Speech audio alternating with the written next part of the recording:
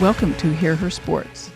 I'm looking forward to sharing this week's episode. I'm speaking with Helena Scutt, a Rio 2016 Olympian who competed in sailing in the 49er FX, which is a very fast women's high-performance skiff. She's now training and racing in an even faster boat, the Narca 17, one of the few mixed genders events in the Olympics. She has her sights set, realistically I'd say, on Olympic gold in Tokyo 2020. She explains both of the boats while we're talking. She also literally just finished her master's in mechanical engineering at Stanford, where she also earned her undergraduate degree in engineering and was co-captain of the varsity sailing team. Before we get started, I wanted to mention that this week I made a big order of Allie's Bar. Everybody in my household is now eating Allie's Bars on bike rides. They taste good, are moist, easily slide out of their packaging, and the original flavor has nice little bits of chocolate. Order using the promo code HERSPORTS to get 50% off and free shipping at allysbar.com. ALLYSBAR.com. And now here's Helena. Hi, good morning. Well, welcome. I began by asking her if racing in the Olympics lived up to her expectations. Yeah, absolutely. And I think more than anything, I learned to fall in love with the process. Like it wasn't about, to me, when I think back to the Olympics, I don't just think about the experience in Rio de Janeiro itself. Of course, I think about that, but I also think about all of the fun times and all of the challenges leading up to it. They're kind of inseparable in my mind, and I wouldn't trade that journey for anything. Do you think that that's how most athletes end up feeling, or are your thoughts unusual? Well, one thing is I know I'm planning to go for it again and train for 2020. And I think for that to be a decision that I want to make, you have to love the process. And I think I can kind of picture some people that I know, maybe it didn't live up to their expectations for whatever reason. And knowing them and knowing that they didn't necessarily enjoy all of the other aspects that came with it. So when they get to the Olympics and it's maybe not like their specific event didn't go their way or whatever it was, then I think that can be harder to grapple with. Well, it's such a lot of work. It's 4 years of a lot of work. It really is. You make a lot of sacrifices with all the travel, a lot of time away from family and friends, and it can definitely stress relationships of all sorts. A lot of people, for very few sports, I would say, is there an actual, a real financial upside. You hear a lot about the big sponsorships and the big contracts, but the majority of athletes, they are doing it because they love it, and financially they're just trying to get by. And so all of those are sacrifices that make it very hard, much more than just hard workouts and tough competitions. So tell me a little bit about what it was like to be competing in the Olympics and, what it's like to arrive there and that kind of stuff. It's a lot of hype, I guess. Beforehand, you're trying to really start to focus in and look inward and make sure you're mentally prepared. And then you're just bombarded with interview requests and, people want a lot of things and that's great. It's exciting because for a lot of the 4 years, there isn't a lot of buzz. And so you're trying to capitalize on that, but you're also trying to make sure that you're not getting distracted. So I think that's one of the biggest challenges. But it was really fun. We went to Houston and had a send-off party at one of the junior sailing national championships. So that was exciting, and to meet all the kids and kind of remember where we started. And then we went to they call it team processing. And so that's where Team USA, we get all of our Nike and Ralph Lauren clothes and all those kind of goodies and have meetings about what to expect and the logistics of everything. Was that just with the sailing team or was that with everyone? No, they stagger it because there are 550 Olympic athletes. And then, right. Of course, there's the Paralympic athletes, but their games is later, so they go later. But they stagger it with different sports coming through at different times. So we were there at the same time as some track and field athletes. And I don't really remember who else, but I think the diving team was there just before us. So there's other sports there as well. Um, and it's a fun time. You're definitely like, wow, this is actually happening. And then you get on the plane with everyone, and so that's a lot of fun. And you show up at the village. Oh, what's the room gonna be like? And what's the village look like? How's it laid out? All that kind of stuff. So it's really exciting. And for me, it was really symbolic when we towed our boat over from the other side of Guanabara Bay, where we had been training at one of the local yacht clubs. We had been training there for several months, and so then finally we're towing our boat across the bay into the Olympic venue, and that's when it starts to set in, like, okay, wow, we're not just training anymore, like now it's time to deliver. Is your boat, how did your boat get there? um Am I asking novice type questions like how did your boat get there? yeah, we ship them in containers. You can pack several into a 20 or 40-foot container, and we ship them down several months in advance. And then, but actually so for instance, the windsurfers, or there's another type of boat that's just one person, and their boats are supplied by the Olympic Committee. So they show up and they actually get their Olympic equipment there. And there's pros and cons to both. So we had to ship ours in a container to Rio several months before the games. And, we just have to plan for that. And, of course, we have to buy our own boat. And we absorb that expense. But the ones who are provided, it's great for them because it's cheaper. But at the same time, they have a little bit less control over a pretty important piece of equipment at the biggest event of their lives. So there's pros and cons. Right.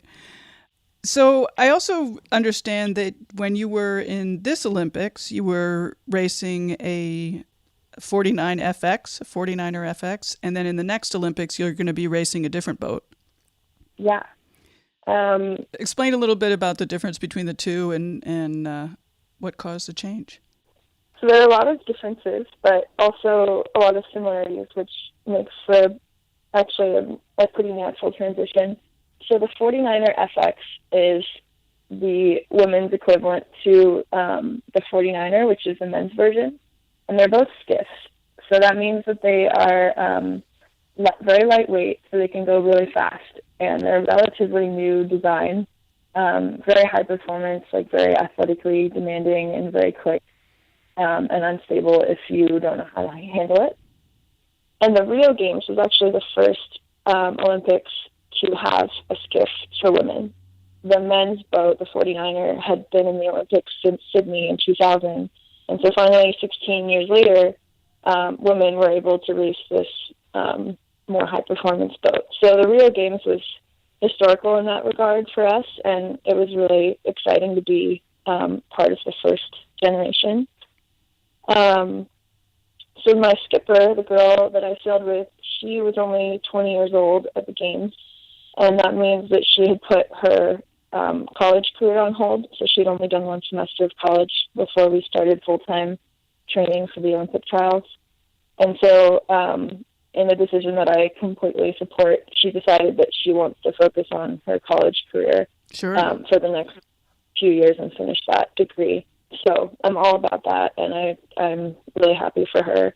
And she also gets to do college sailing, which is a pretty cool experience. So that left me. And sorry to interrupt. College sailing is so different from non-college competitive sailing, isn't it?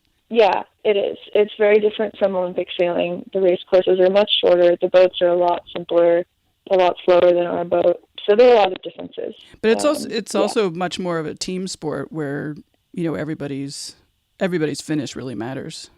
Yeah, exactly. Instead of traveling around the world by yourself like a two-man show, it's much more of a team sport and a really cool dynamic. And it's co-ed, which is really fun too. Right. Yeah, so that left me thinking, okay, I'm either going to not sail or I'm going to go for 2020.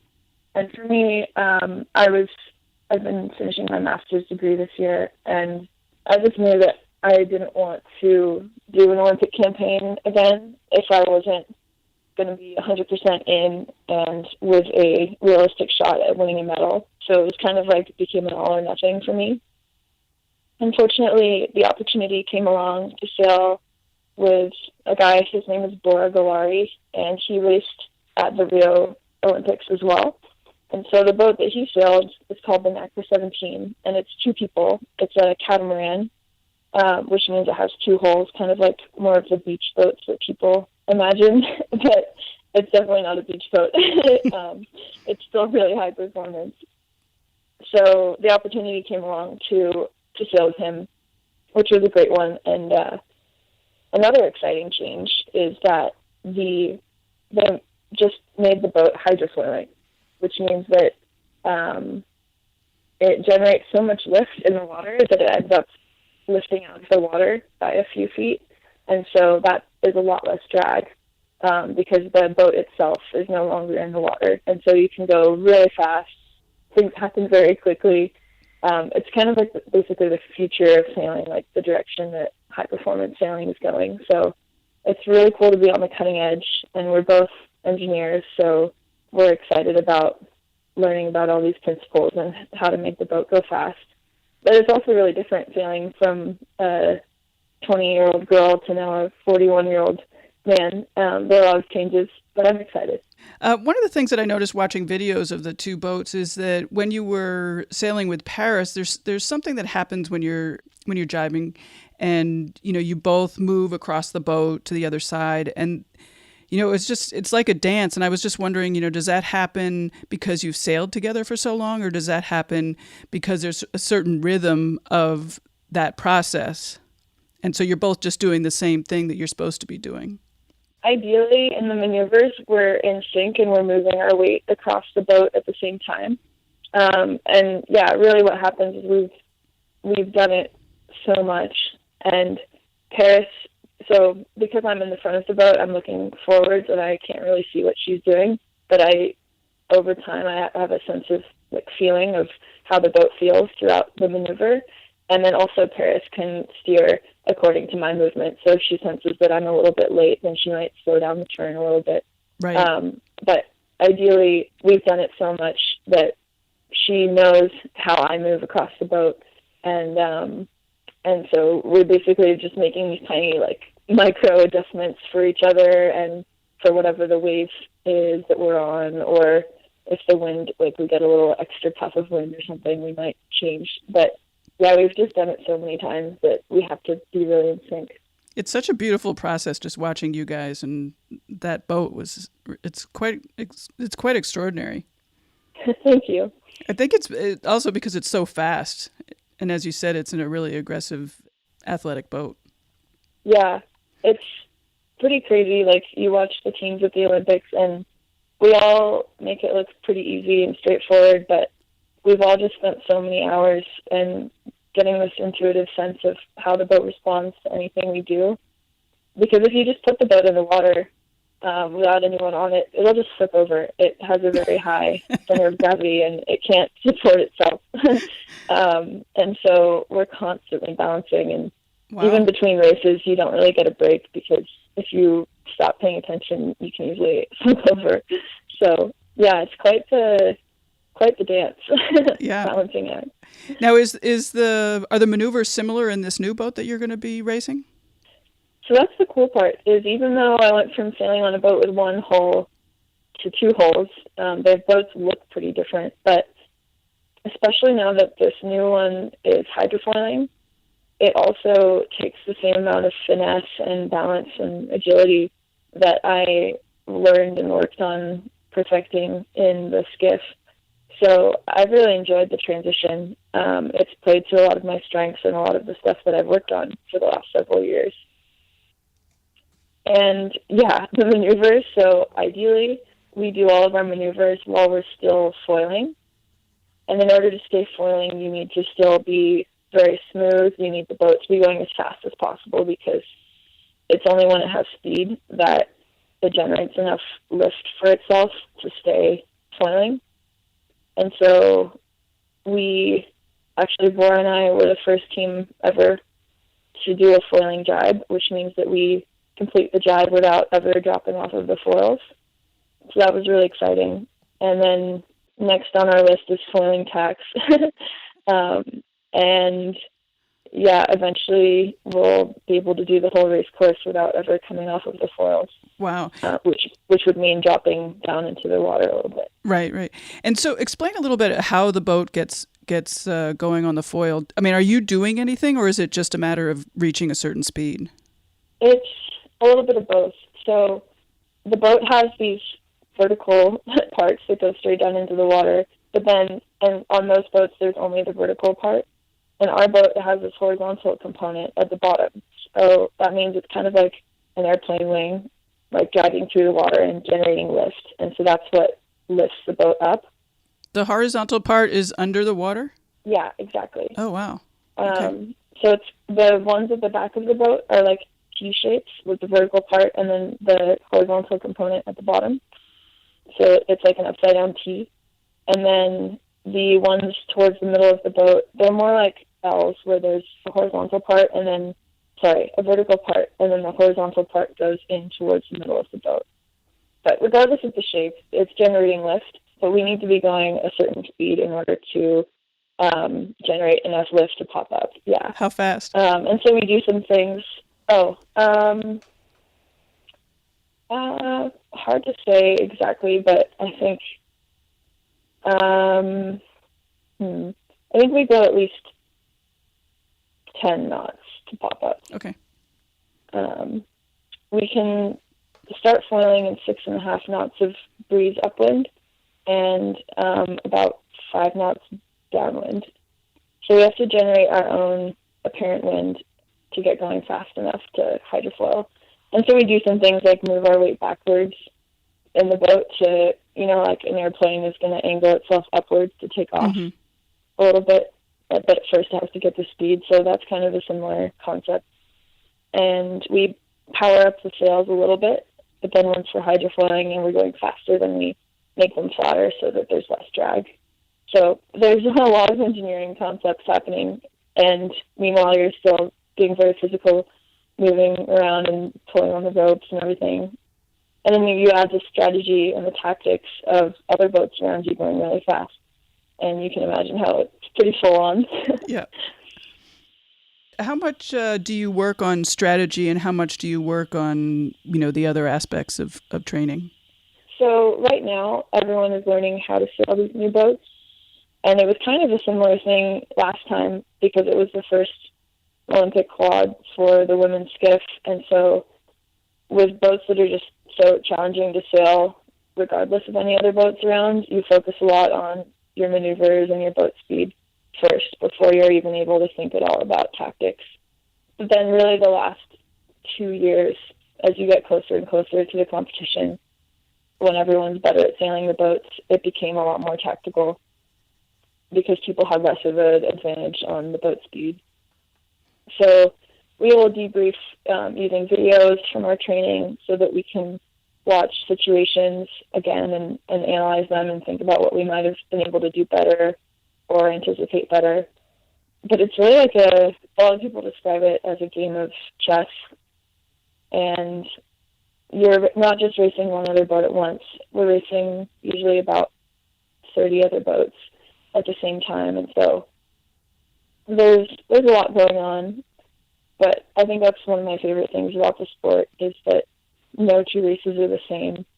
And it looks like total chaos. Yeah, we can't go straight into the wind, so we end up having to zigzag upwind and downwind. So we're always doing these kind of 90-degree turns and on collision courses with each other, and then we have to go around marks, which are inflatable buoys that are in the water. And so whenever boats are converging to go around those marks, there's a lot going on. And that's where you really have to trust each other, that the person steering is going to make those split-second decisions and that the person crewing can adapt and keep the boat going fast as necessary. So it's so much teamwork and coordination. It's really cool. Are you involved when you're racing? Are you involved in tactics at all, or do you sort of let him take over or let her take over? I'm definitely involved.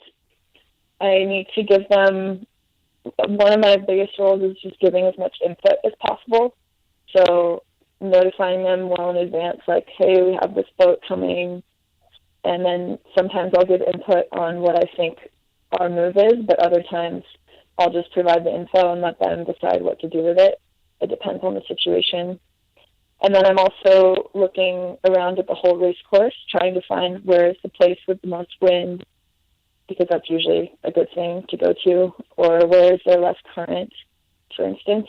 So there's a lot of factors that we're always trying to take into account. And so it's really nice to have two minds thinking about that instead of just one. Mm-hmm. But ultimately, the person steering it has to be their decision, and especially the split-second decisions where you're coming into the marks with fast boats everywhere. So it's mainly just providing info and making sure that there are no surprises, while at the same time being ready for anything when things get close. And how did you end up as a crew member? I mean, I'm assuming that you prefer doing being the crew and not the skipper. And so how did that happen? And what do you like about being the crew member? It kind of happened at first just because I started sailing a lot later than most people, or started racing at least. I didn't start racing until I was 15, and almost everyone else on the Olympic team started racing when they were 6 or 8 years old. So I had a relatively late start, which meant that, especially in the more simple boats, the skipper makes a lot more of the decisions, and the crew doesn't need to be as experienced. And so I started out as a crew. But it's just funny, like, a lot in the U.S., we need a lot more women crews, especially for the Olympic boats. So as I grew up, I realized I was a pretty good size for these Olympic boats that needed crews, and so I just decided to stay in that role and try to be a weapon, try to be the best that I could be. And it's definitely hard. Sometimes the skippers get more credit. They refer to the boats only by the skipper's name, for instance, sometimes. So there's things like that that are annoying. But I really love the role. You're kind of like a psychologist on board, too. You have to keep the skipper confident and relaxed as much as possible. And, I love making the boat go fast, and you don't need to be steering it in order to do that. So right. I enjoy being a crew. And other than your size, what other strengths do you have for being the crew?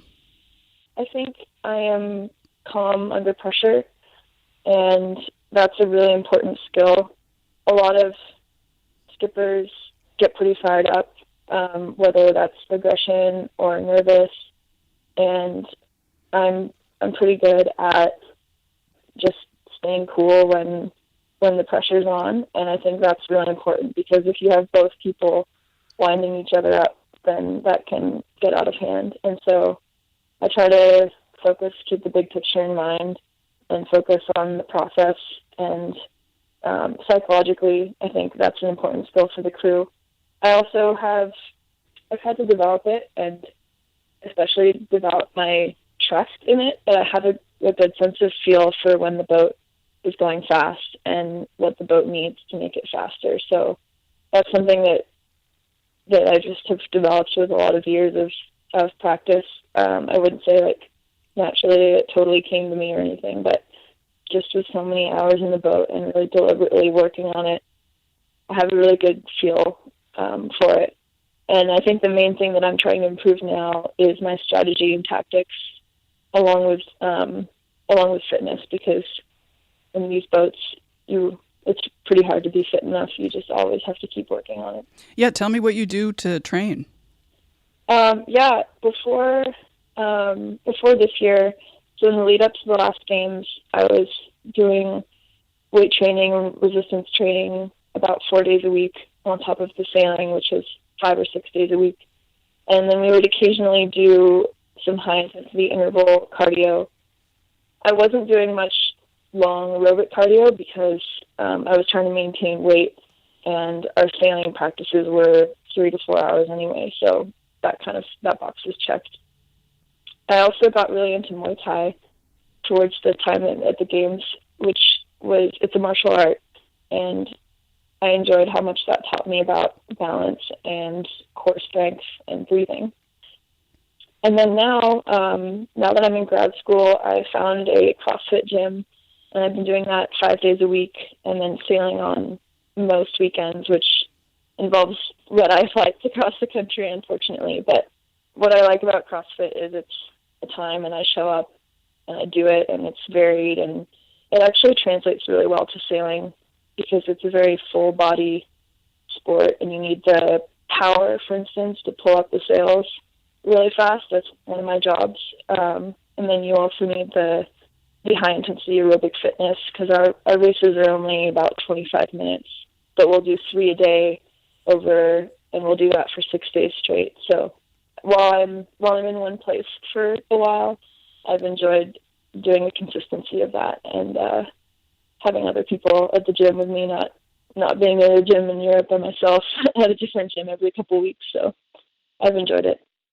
You're flying to Detroit every weekend? Yeah, this month I'm going 3 times, 3 weekends. Before that, we were going to Miami a lot while it was colder, right, up in Detroit. But Bora, who I sail with, he lives in Detroit, so that's our spring training location. And after that, we'll be in Europe all summer. Yeah, when is your next race? Our next race, and actually our first race together, is at the end of July. It's the European Championship, okay. Which is open to all countries, but that's in Germany. And then we'll be peaking for the World Championships in France in mid-September. And it sounded like a little bit earlier you made it sound like you guys had a 4-year plan, sort of first learning how to race the boat and what the boat does, and then focus on tactics. So where are you now, and what are your goals for these upcoming races? Yeah, so that's a great question. We really have to take a step back and think about the big picture. So our first year, especially because we haven't sailed together before, it's a new boat. It's about focusing on the boat handling and the boat speed, which is very much like a one boat thing, or you train with 2 or 3 other boats to really compare, for instance, different settings on the boat. And we also will be working a lot on our communication because we haven't raced together before. So how do we talk during the races, and who does what role, that kind of thing. And then the second year, we'll see what strengths and weaknesses evolve, but I think we'll still be focusing a lot on the boat speed aspects.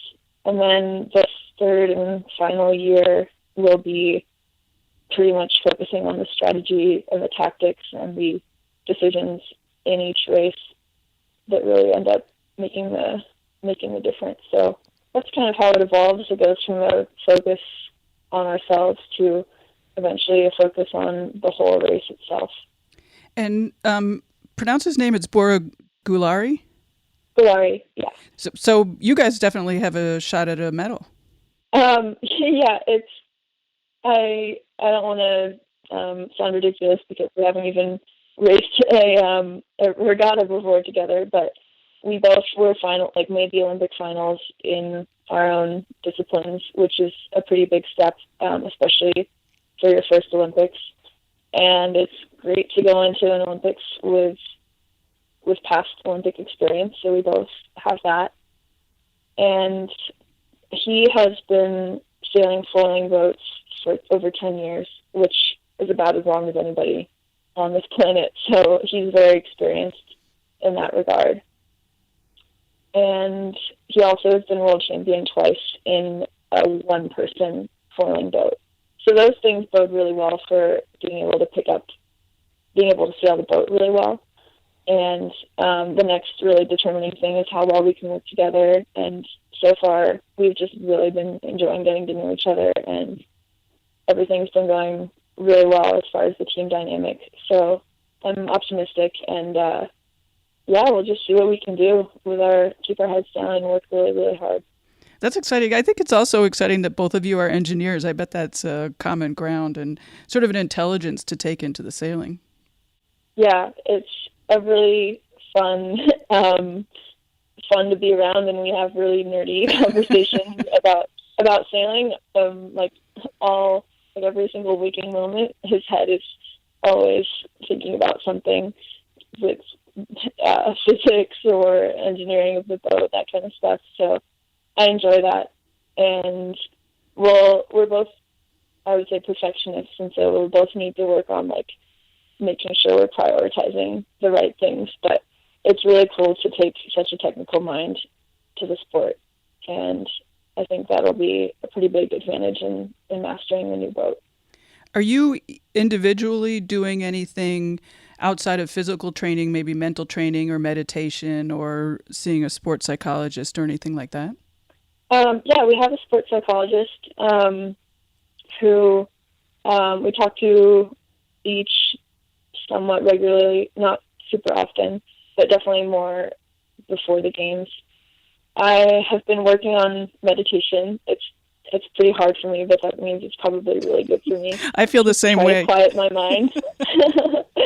And then there's this thing online called Ramwad, and I think it's like basically yoga for CrossFitters. But it's a really good way to get some mobility and stretching in. And then it also gives you a chance to work on your breathing, like slow, deep breaths. And some of the poses, you're in a really deep stretch, and that's mentally challenging. So it's kind of like a good way to stop for a second and slow down, and a little bit of mental toughness with some good recovery work. So I've been trying to add that to my daily routine. It's hard. It sounds like you already have a very full schedule training to add something that, the benefits are surely there, but there's no immediate gratification.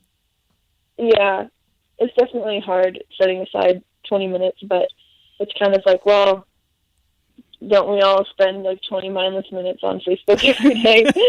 So I'm trying to, catch myself and realize how many these little windows of time I can condense them. But yeah, it gets hard when I'm flying around, and so mostly just trying to tend to sleep and exercise and all the basic things that are hard when you're a graduate student. Right. But I only have one more month, so pretty soon I'll be able to fully focus. One more month and then you're done completely? Yeah, my last robot is due on May 31st, so maybe 5 more weeks. And yeah, then I'll graduate in June. And then you'll focus completely for the next, until the Olympics on the sailing? Yeah, for the 3 years. Yep. That's exciting. Yeah. Is there anything unusual about your preparation or training?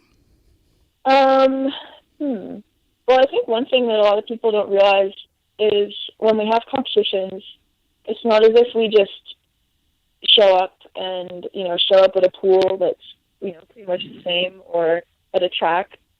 Our sport is very geography dependent. And so when we have an event, we really need to learn that specific place. So we have to learn about the current, the wave state. Is it choppy? Is there swell? Is it flat water?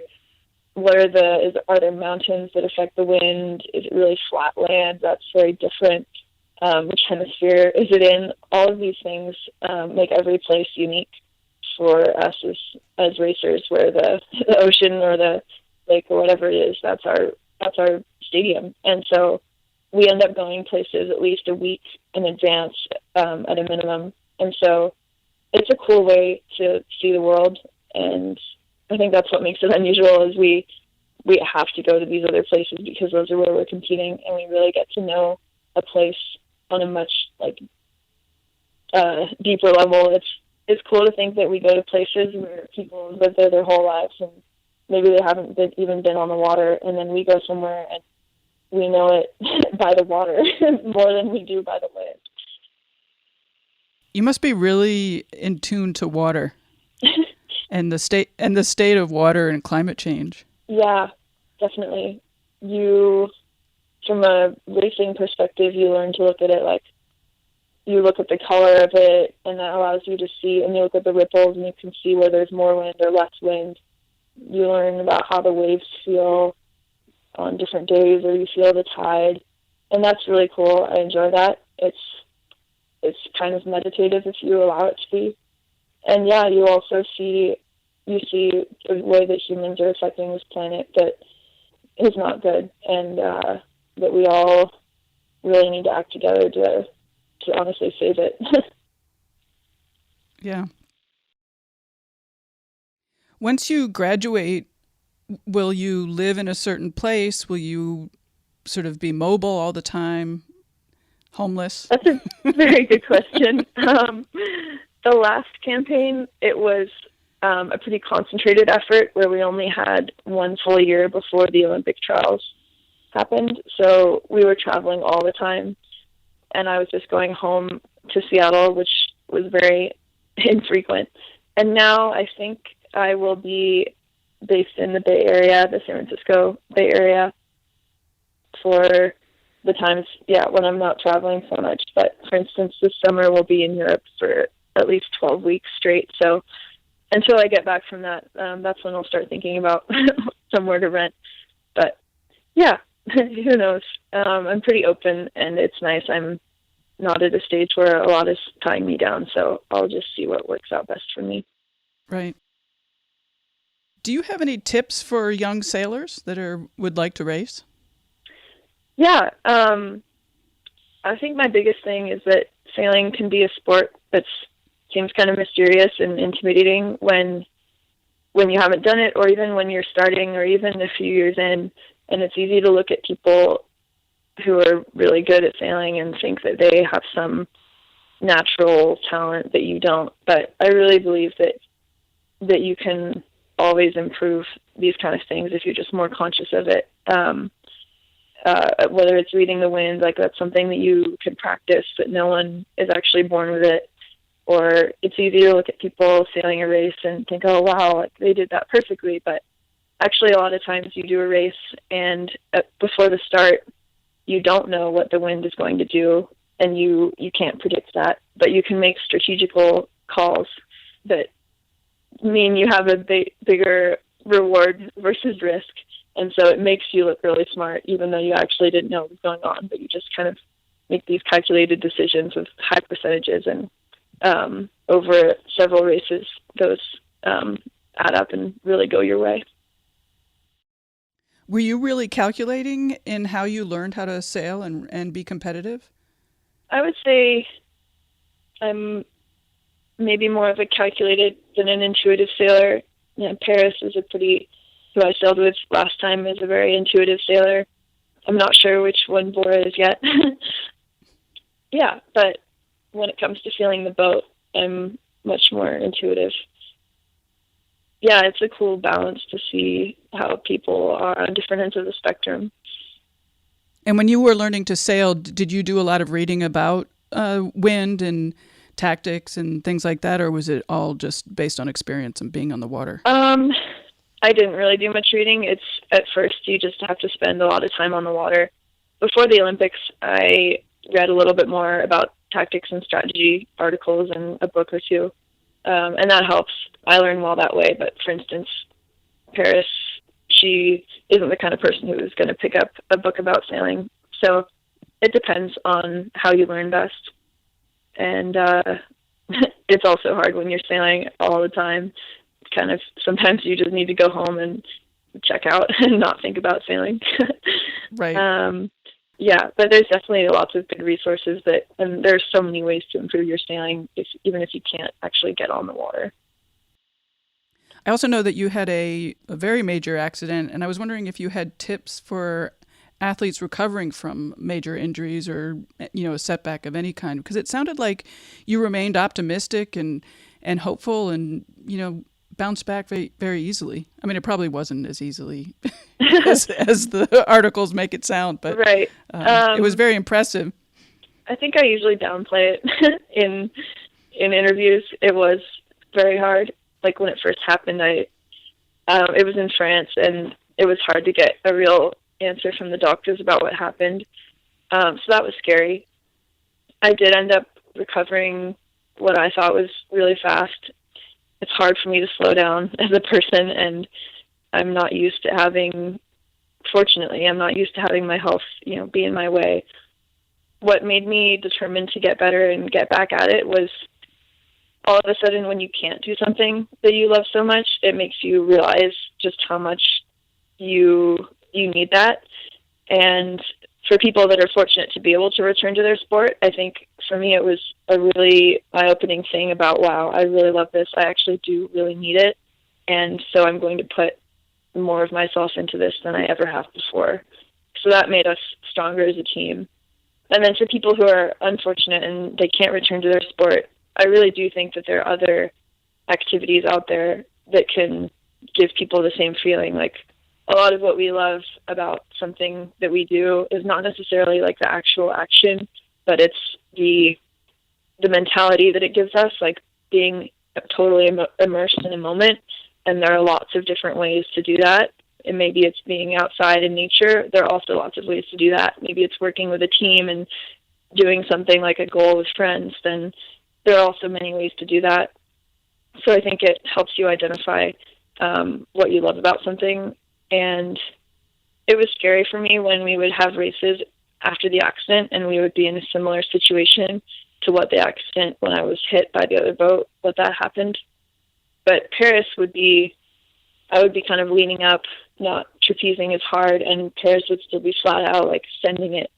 And I would look at her and be like, oh, she wasn't the one who got hurt. Like, how dare she, like, put us in this situation again? Like, she doesn't get what happened to me. And then I realized that that's, like, not the way you can race. If you want to be a competitor, you need to be fearless and just all the time, quote unquote, sending it. And so having her actually, even though I resented it at first, what she was doing really helps me to overcome it and be like, no, I'm not going to half do this because I'm afraid. We just have to fully engage. That makes it sound like having a teammate is just awesome. Especially, I mean, I watched some videos of you guys, and it's really amazing to watch those and how well you work together. Thanks. Yeah, it's something that you have to nurture the relationship as much as you, or even way more than you take care of the boat or take care of yourself. You have to really be mindful of the other person, and you can only succeed when both people are really, really happy and in a good state. So it always is something that you always try to improve. Will you be in similar situations in this new boat, or is the sort of the type of boat will take you out of that? No, we'll be in definitely similar situations, and we'll be going a lot faster, and we'll be higher above the water. So if you get flung, like if you slow down really fast and you like your momentum changes, then you just can get launched. So yeah, there's definitely the potential for that. And we didn't wear helmets very often in the last boat, but in this boat we will be going pretty fast, and things will happen very quickly with other boats. So helmets will be, at least for me, yeah, on windy days, it's kind of be like something that's pretty smart. Are you afraid, or are you aware of your fear, or does it not even faze you right now? I have pretty much overcome the fear. Like, I don't think it's anything that, I don't think it's something I will be able to be completely over, because when you break your spine, you're like naturally going to avoid situations. But I do think that it's not really something I hardly ever think about it when I'm sailing. And I think that's healthy. Like, when it first happened, I replayed it over and over and over and over in my head. Like, it wouldn't stop. And then with time, now I can barely remember the actual accident and what happened. And I think that's a very healthy, like, protective mechanism that fortunately my mind was able to use. Well, certainly going forward, you don't want to be hesitant at all. Yeah, exactly. And it's like kind of this paradox where things can be more dangerous if you start slowing down or like do things that other boats don't expect. Right. And so you need to, and maneuvers, for instance, jibes, if you slow down, then the boat kind of loads up and it's going to make the maneuver harder. So there's a lot of things where it's counterintuitive, but by just fully sending it, it's actually safer and usually easier. Well, with your graduation coming up and focusing fully on racing with the new skipper and the new boat, what are you most looking forward to? I'm most looking forward to just being really competitive as a team. Like, it's a new challenge, but I really believe in the two of us. And so I'm excited to kind of not be starting from scratch. Like last time, we were really young and it was our first time and we had so much to learn. This time around, I've come in with, a lot of lessons from last time, and I'm excited to put those to use and really challenge myself. Like what I learned last time is it's as much a journey about like self-discovery and what you're made of as it is about anything else. So I enjoy pushing myself and asking myself the hard questions and seeing how bad I want something and like, am I willing to tackle something about myself that's like a little bit hard, but it'll make me better. So that's what I'm most looking forward to. So a few goofy questions. Do you listen to music, and if so, what? Yeah, I do. I love it when I'm working out, and also when I'm traveling to try to relax. I like a lot of the top 40 stuff, to be honest. But when I'm tired of that, let's see. I like some classic and alternative rock. I like the chill Jack Johnson and some reggae. And yeah, I like a little bit of country. That's pretty new to me. So I'm dabbling. Got it. And what's your favorite meal or your favorite recipe? Ooh, I really like fruit, and I really like smoothies. So that's kind of like my go-to. Mangoes, bananas, blueberries, strawberries.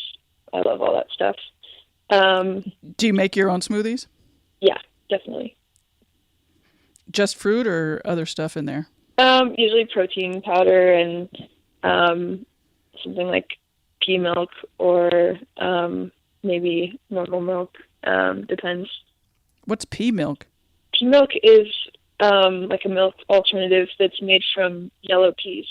And how about that? Yeah, it has a lot of protein and it's non-dairy. Yeah, so I also use yellow pea protein powder, which it makes me feel less bloated than, for instance, a whey protein powder. And yeah, so I'm trying different things out. I like that. Are you careful about post-workout meals or snacks or recovery meals or snacks? Yeah, I need to gain weight for my role.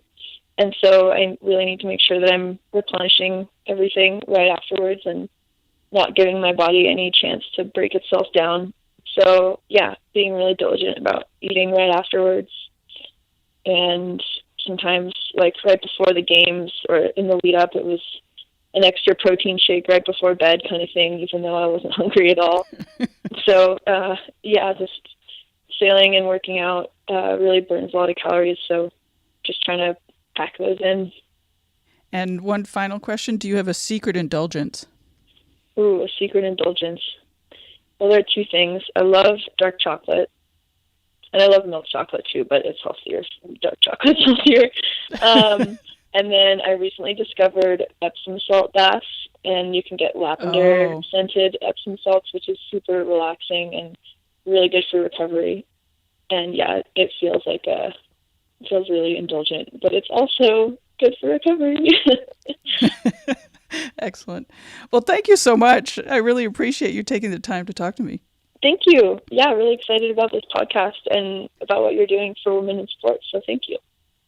Oh, you're very welcome. Thanks for listening.